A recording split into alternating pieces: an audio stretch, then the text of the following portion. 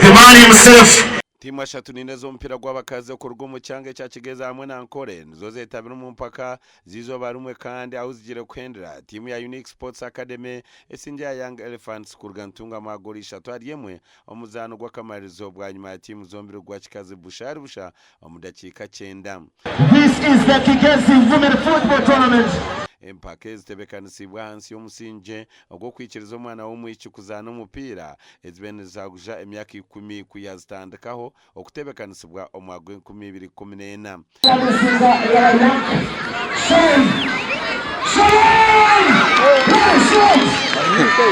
Hataje kinde kikupresinga itogwitse no kugira ngo tubahe ebimwana muzanira na bwanyuma abasinguzi bahirwe bicyoncho omukujakuja kwa mani.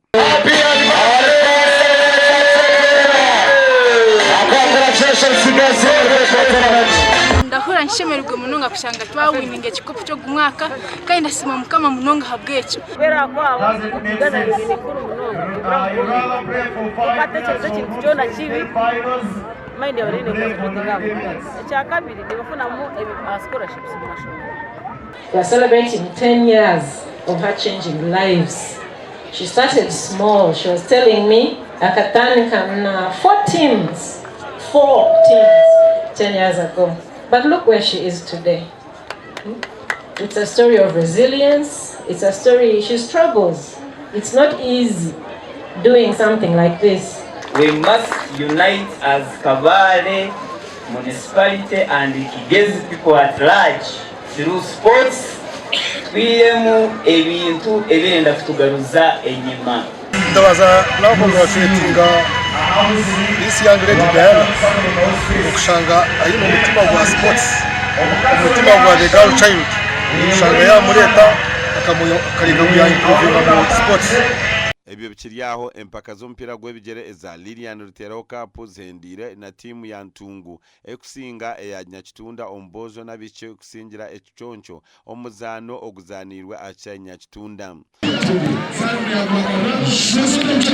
Ombozo Ntungu esingire Nyakitunda agori 3 aribereza penalty kandi ombishi Ntungu esingire Nyakitunda agore mwarubusha.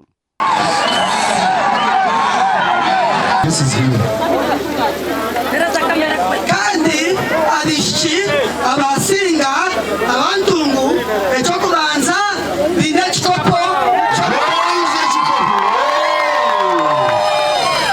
Hati nabwo baterire hente bajya kuzana kandi ndi kureba ikintu cyo gutambura umisho uko kubasiba hano bazana nibashemerwa amagufa gabonege yagara nkimanyisa tubakateka misembi yo kwiba tubakaza mbyo kushisha ebintu by'abantu tubakarga hamhanda nanga hamusinje gwabazire babo bakubaba batireho ecyakashatu okongera mano mbye mizano nkiretera abantu bingi bamanyana.